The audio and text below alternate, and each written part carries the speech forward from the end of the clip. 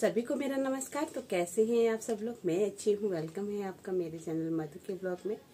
तो फ्रेंड्स, आज सुनाने जा रही हूँ मैं आपको फिर से एक प्यारी सी अच्छी सी कहानी। और कहानी नहीं है ये एक सत्य घटना है। और मेरे मुंह से निकल गया काल्पनिक नहीं है, सत्य घटना है। और जब हम किसी के बारे में बताते हैं या सत्य घटना बताते हैं तो बिल्कुल ऐसा बताते हैं कि बिल्कुल सेम नहीं करके बताते हैं। क्योंकि जिसके बारे में हम बता रहे हैं हमें तो अच्छा लग रहा है कि इससे हमें सीख मिल रही है, लेकिन सामने वाले को अच्छा लगे या ना लगे, कैसे भी परिस्थितियां हो सकती हैं या जिसके विपरीत में ये बात कही जा रही है उसको अच्छी ना लगे, तो ये सब बातें बहुत मायने रखती हैं। हम लोगों को तो लगेगा कि जैसे भाई हम बहुत अच्छी चीज बता रहे हैं, लेकिन उससे कितने लोग इफेक्ट होते हैं वो चीजें भी होती ही हैं। तो कहानी एक लखनऊ की है। तो लखनऊ में एक सुसाइड की उसमें ये लिखा था, एक बूढ़े पिता ने अपने आप को गोली मारकर आत्महत्या कर ली और अपने बच्चों के लिए एक लेटर लिख कर गए थे। उस लेटर में क्या था क्या नहीं था वो हम आपको सारी इन बातों में बताएंगे, और उसके बाद आप इसका निष्कर्ष बताना कि क्या मतलब ये है। तो यही था कि हम पहले पहुंचे कि वो लेटर लिखने की नौबत क्यों आई, क्या हुआ।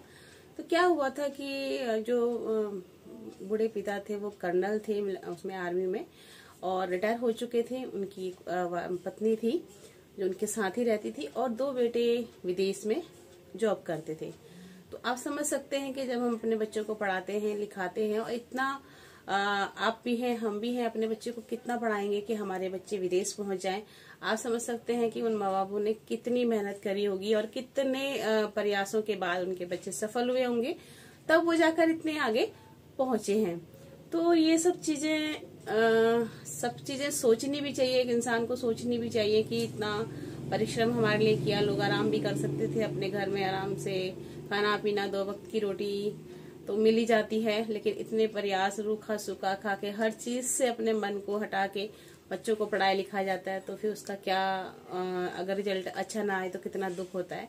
तो कुछ ऐसा होता है कि जो कर्नल थे उनकी वाइफ की डेथ हो जाती है, और वो अपने दोनों बेटों को लेटर लिखते हैं कि मतलब अति शीघ्र फ्लाइट से। अभी आजकल तो कोई ऐसी, पहले तो ये होता था कि पहले के जमाने में, खैर हमारे जमाने में तो नहीं था, लेकिन हमारे नानी दादी बताती हैं कि हमारे टाइम पे ऐसा होता था कि तार पहुंचता था, और या फिर लेटर पहुंचता था कि कोई मर गया तो एक चिट्ठी का कोना टूटा हुआ था। कि चिट्ठी का जो कोना टूटा हुआ होता था तो वो अशुभ माना जाता था, और यही मतलब मृत्यु का ही कोई समाचार आया है। तो ये सब चीजें होती थी, लेकिन आज का समय तो बहुत आप सभी जानते हैं कि कहीं से भी कितनी दूरी से भी बहुत जल्दी विदेश से अपने घर कुछ घंटों में आया जा सकता है। तो ये सब चीजें हो गई हैं।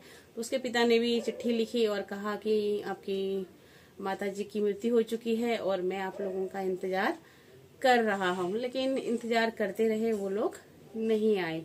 तो तीसरा दिन था जब वो कलश को जो बहाना होता है, तो वो तब भी उस दिन भी इंतजार कर रहे थे। तभी उनका एक छोटा बेटा आया और बोलने लगा कि पापा मुझे माफ करना, मैं लेट हो गया हूँ, बहुत ही व्यस्त हमारी जिंदगी चल रही है, ऐसे में छोटे छोटे कामों के लिए यहाँ आना, ये मतलब इधर आना तो बहुत मुश्किल हो गया है।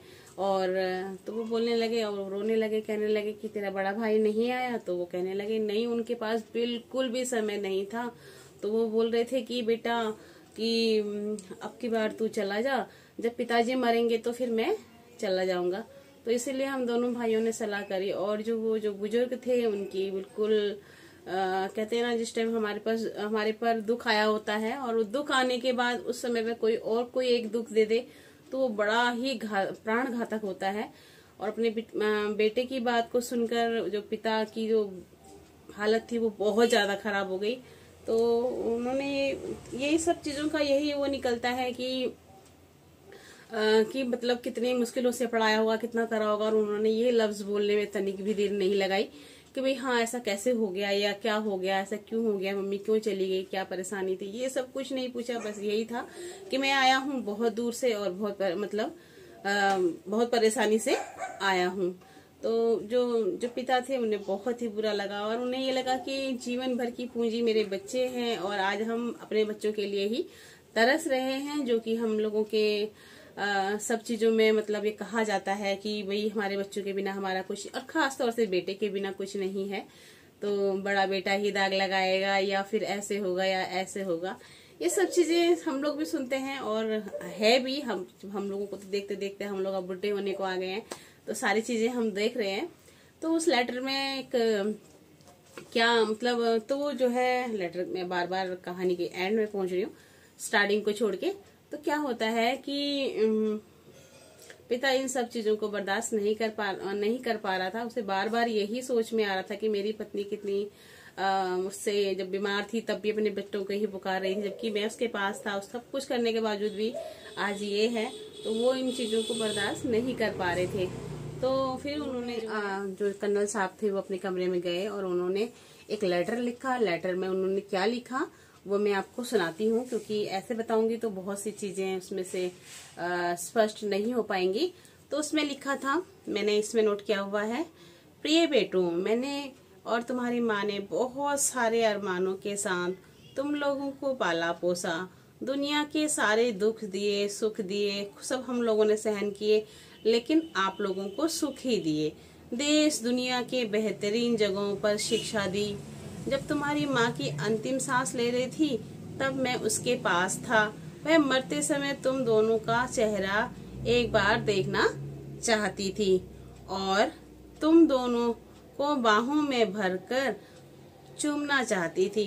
तुम लोग उसके लिए आज भी मुन्ना और चिंटू ही थे। उसके पिता के उसके मौत के बाद उसकी लाश के पास तुम लोगों का इंतजार मैं ही कर रहा था। मेरे मन कर रहा था कि काश तुम लोग मुझे ढांढस बंधाने के लिए मेरे पास होते। मेरी मौत के बाद मेरी लाश के पास तुम लोगों का इंतजार करने वाला कोई भी नहीं होगा। सबसे बड़ी बात यह है कि मैं नहीं चाहता कि मेरी लाश निपटाने के लिए तुम्हारे बड़े भाई को आना पड़े। इसलिए सबसे अच्छा यह है कि वह अपनी माँ के साथ आप मुझे भी निपटा कर चले जाओ। मुझे जीने का कोई हक नहीं है, क्योंकि जिस समाज ने मुझे जीवन भर धन के साथ सम्मान दिया, मैंने समाज को असभ्य नागरिक दिए। हाँ, अच्छा रहा कि हम अमेरिका नहीं बसे, सच्चाई दब जाती।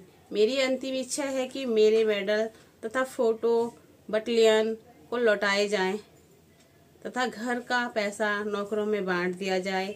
जमा पूंजी आदि वृद्ध सेवा केंद्र तथा आदि सैनिक कल्याण के लिए दे दी जाए। तुम्हारे पिता। कमरे में ठाई की आवाज आई और कर्नल साहब ने खुद को गोली मार ली। ऐसा क्यों हुआ? किस कारण हुआ?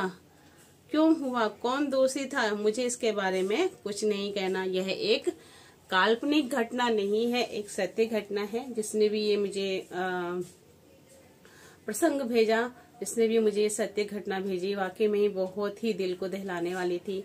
और आजकल साथ चल रहे हैं हम लोग, कितना मतलब इस चीज को सोचते हैं कि श्राद्ध आने वाले हैं, घर में साफ सफाई करनी है, ये करना है, वो करना है, बहुत सी बातें सुनते हैं। और जब इस तरीके के हम प्रसंग सुनते हैं, इस तरह की घटनाएं हम सुनते हैं, तो वाकई में हम लोगों के लिए बहुत शर्म की बात है कि हमारे माता पिता हमें किन परिस्थितियों में पालते हैं और किन परिस्थितियों में हम लोगों को शिक्षा देते हैं, हमारे अच्छे भविष्य के लिए हम लोगों के बारे में सोच।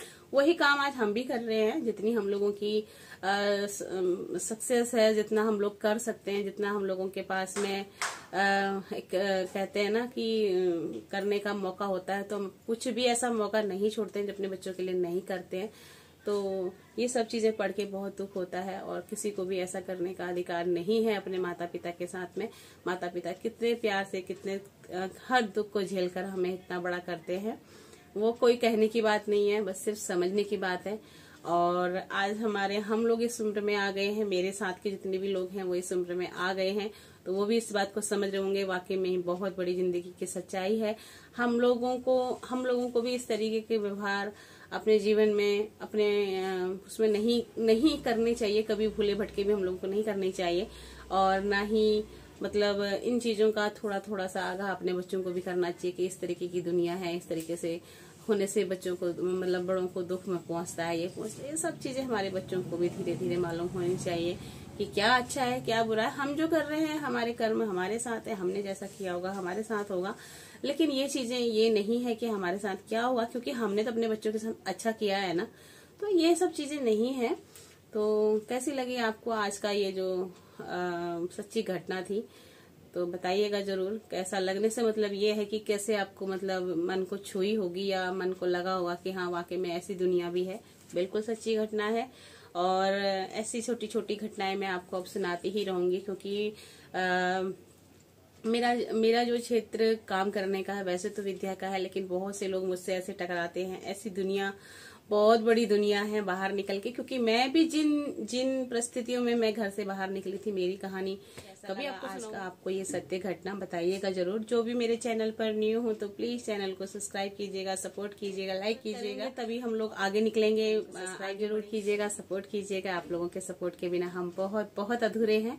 तो मिलते हैं कल एक अच्छे से नए ब्लॉग के साथ में या कहानी के साथ में, और इसी के साथ okay bye bye, good night, take care friend, bye bye.